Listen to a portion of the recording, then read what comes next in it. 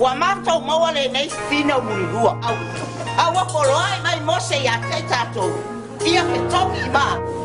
ole ase me ate feta lai mai ai mato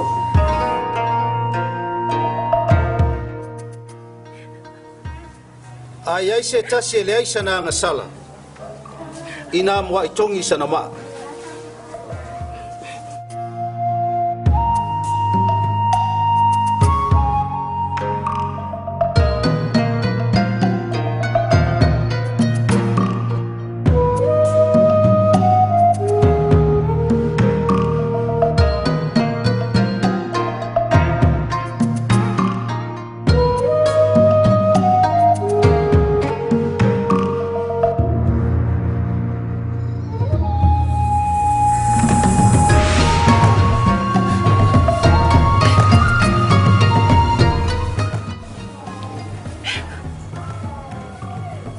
ai la to no molia mai we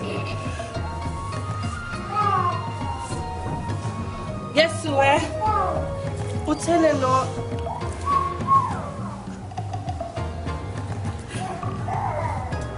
o te le fa sala fo ia te oi